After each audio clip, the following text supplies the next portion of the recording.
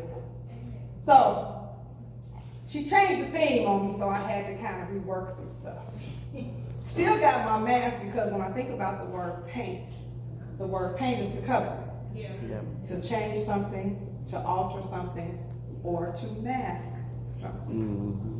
So, kind of, I'm trying to be before you all long, but I talk about. So I sat here and I had a conversation with Charleston and Lasagna, and I asked them, because I know what I would say, and I'm quite sure these words resonate with anybody on a daily basis, but definitely with domestic abuse or domestic violence survivors.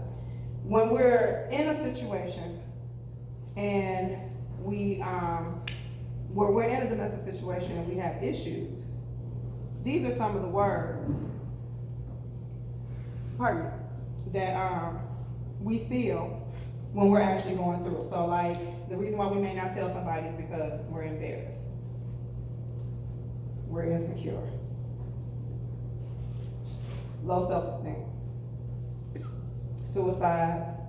We're humiliated. Anger. Whatever have you. But when you have somebody like me, and I like to hide,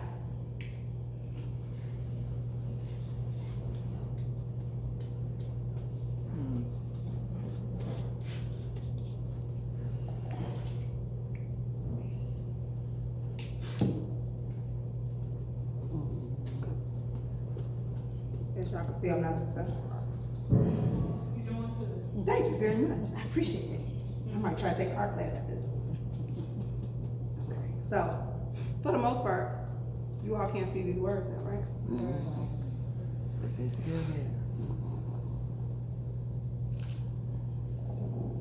But this is what we do. We cover our emotions, we cover our feelings. So the next person does not see, know, understand that we're actually going through what we're going through. And this is where the problem comes in at.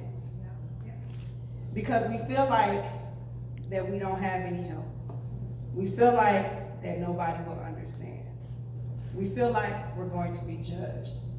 We feel like somebody's going to laugh at us. We feel like somebody's going to talk about us and tell us how stupid we are for staying with that person because they've never walked an inch in my shoes. So what I do, because I said I am an advocate, I've become the voice to help male, female, woman, child, to know that they don't have to mask what they're feeling. I come here for somebody who may be in a situation now, and you may still be hiding and masking stuff, to know that there are people like myself who don't know you from a can of paint or a tube of paint. I'm a listening ear. I can get you to the resources that can get you your help. Because in the midst of that,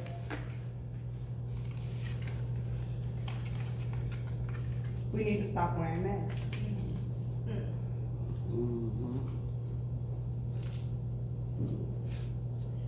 Bruise mask. In actuality, this is kind of backwards. That's good. Because for the most part, this mask is really behind my current face because you can't see it. Because I cover it.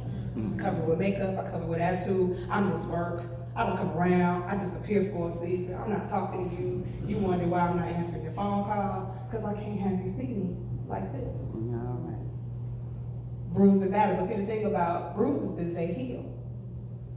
But what's happening with my emotions? What's happening with my heart? What's happening with my mind? So, this is bruised. This one has a hand on his face, and I have to thank my little sister. She's a terrific artist. It's gonna be like her. I'm gonna take classes for her, so I can do better. This is tighter. As you can see, there's a hand right here. I actually have canvases that she painted too, so like if I had like easels up here, these actually would sit in the middle of the easel, so there's stuff around it. So there's an arm that extends right here. But you know, when we get tired, we rest on our face. We do this. How many times have you been tired, but you have to keep pushing? I know for me, and it ain't even necessarily about abuse. These last few months, I'm just tired of life. I'm tired of getting hit from every angle. I don't have no peace at home, I don't have no peace in my job, I don't have no peace in my life, and I gotta get up every day and do the same thing over and over again because everybody expects me not to quit. But who helps me when I'm tired? who helps me, and that's my problem. The reason why I did masks, and I'm glad that Lakeisha had this for masquerades, is because it's really opened up a lot of things for me, because for years I've worn masks, even after the fact, because I still got people who look up to me and want me to do stuff. But when I get tired, who do I go to? And that's what we have to learn. We have to hook up with people who really encourage or can encourage us when we're not feeling our best. When I get tired, I need somebody I can lean on, because what I've done is this past year, I've lost relationships because I started to crumble. I started to break down. I'm tired of wearing masks. So when I cry and I'm not that strong person, people look at me, well, you changed. You're not the same. It's not necessarily that I changed. I've been wearing these for so long, or at least one that shows that I'm happy when I'm really not, that you just expect me to be happy all the time. And now I can't do it no more. So in 2020, I'm unmasking Renee. Renee needs help. Renee needs somebody that she really knows. So this is helping me, and I'm hoping that it's helping somebody here in the room too. So this was Stoneface. My idea for this when I gave her my vision was, you guys remember, because all of us probably about the same age. I don't necessarily tell my age, but you know, we probably all about the same age. Anybody remember the Fantastic Four? Y'all remember Thing? So how many times have we all sit up in a place and like somebody always asks me what's wrong, and you just got this look on your face? I call it rest in peace face. And you don't want nobody bothering you, you don't want nobody talking to you. You got this stone look on your face and you just really don't want to be bothered, and then finally they just walk away and leave you alone, when in actuality you do need help. In actuality you need somebody to talk to. So when do we get to chisel away from the stone and uncover ourselves so somebody can really help us? This one is cracked. This is when you look in a mirror and you don't necessarily like what you see, but you make your face up anyway because you know you gotta go out in public.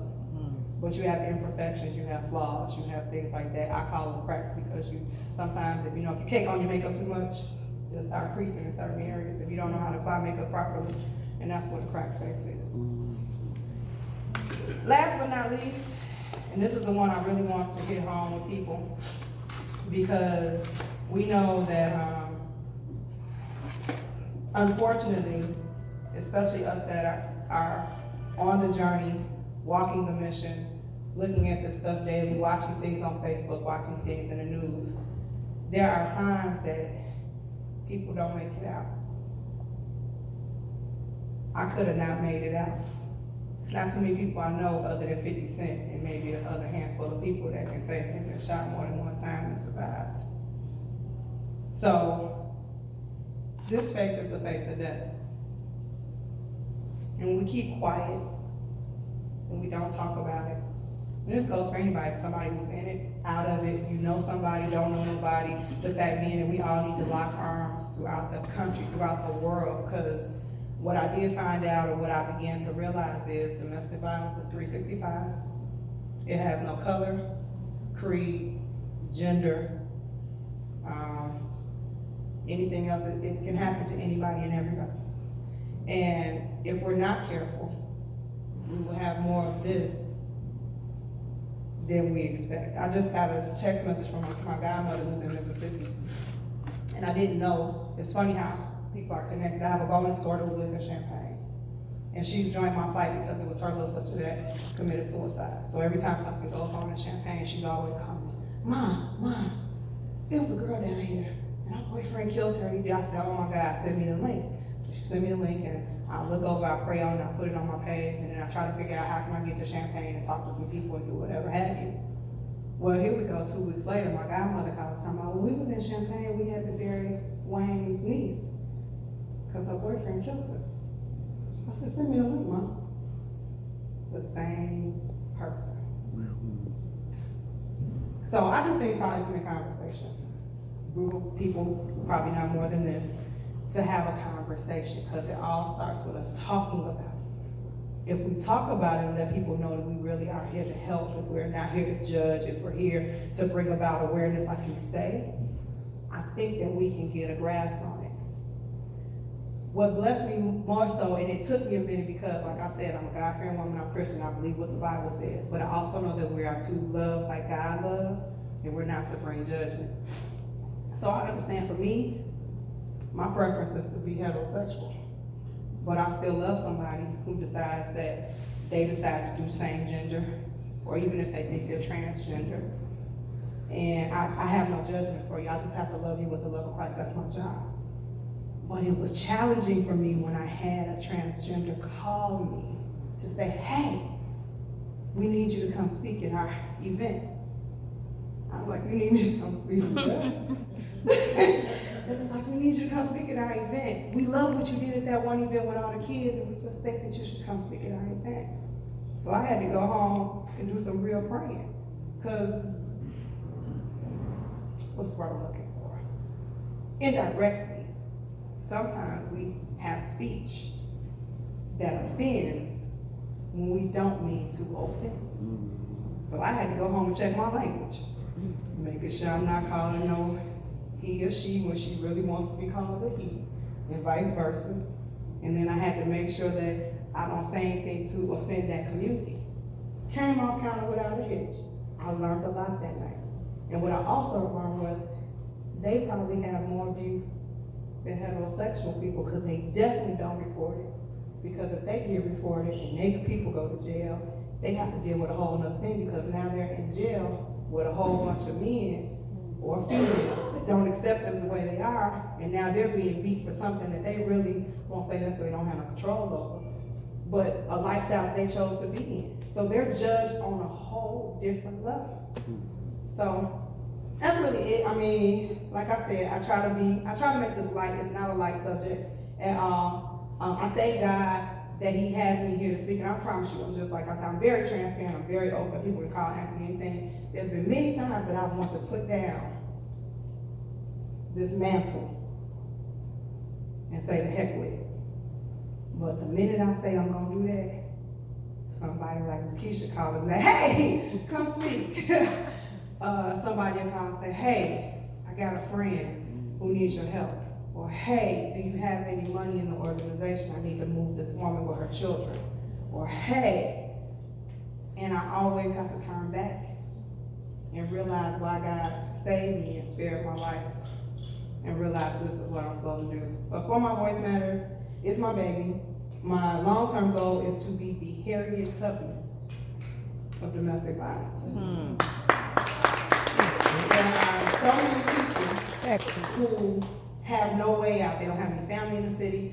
They have no way out. They don't have nobody to support them, but they need to move. So it's my desire to start programs. So that's why I toured last year with my book, to make connections in other cities, so that I can, if this young lady say, hey, Renee, I need you out of the city, I don't have no family, me and my kids gotta go, I'll be able to give her grant money and say, hey, I'm gonna pick you up and put you on this bus, this plane, this train, and I'm gonna take you to New York. And in New York, Betty Sue is gonna meet you. Betty Sue's gonna put you in housing temporarily for this reason. She's gonna hook you up with all the resources you need, get your kids in school, this, that, and the other, and I know that it can be done. It just takes time, it takes conversation, it takes connection. So I thank God for all the connections that I made.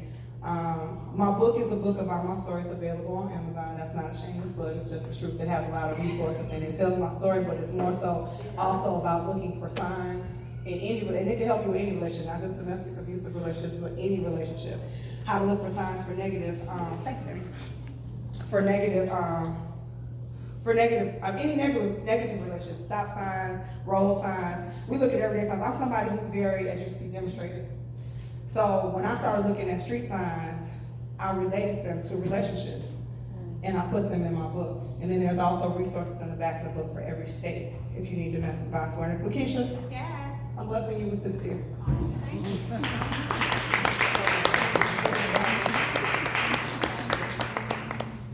So I don't know, I do this out of fun, the seriousness. But if anybody has any questions, I'm an open book. Then I'm gonna take my seat.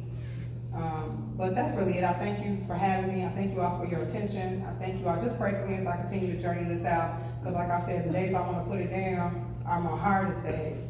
And it's really hard, like I said, when you're trying to wear the mask of always being bubbly, always being happy, and then when life hits you hard, you still got to try to put that on. So, like I said, just keep praying for me. I appreciate it. You guys will call my name out when you're calling out everybody else's name. It'd be greatly appreciated. So, I don't know if anybody has any questions, but I'm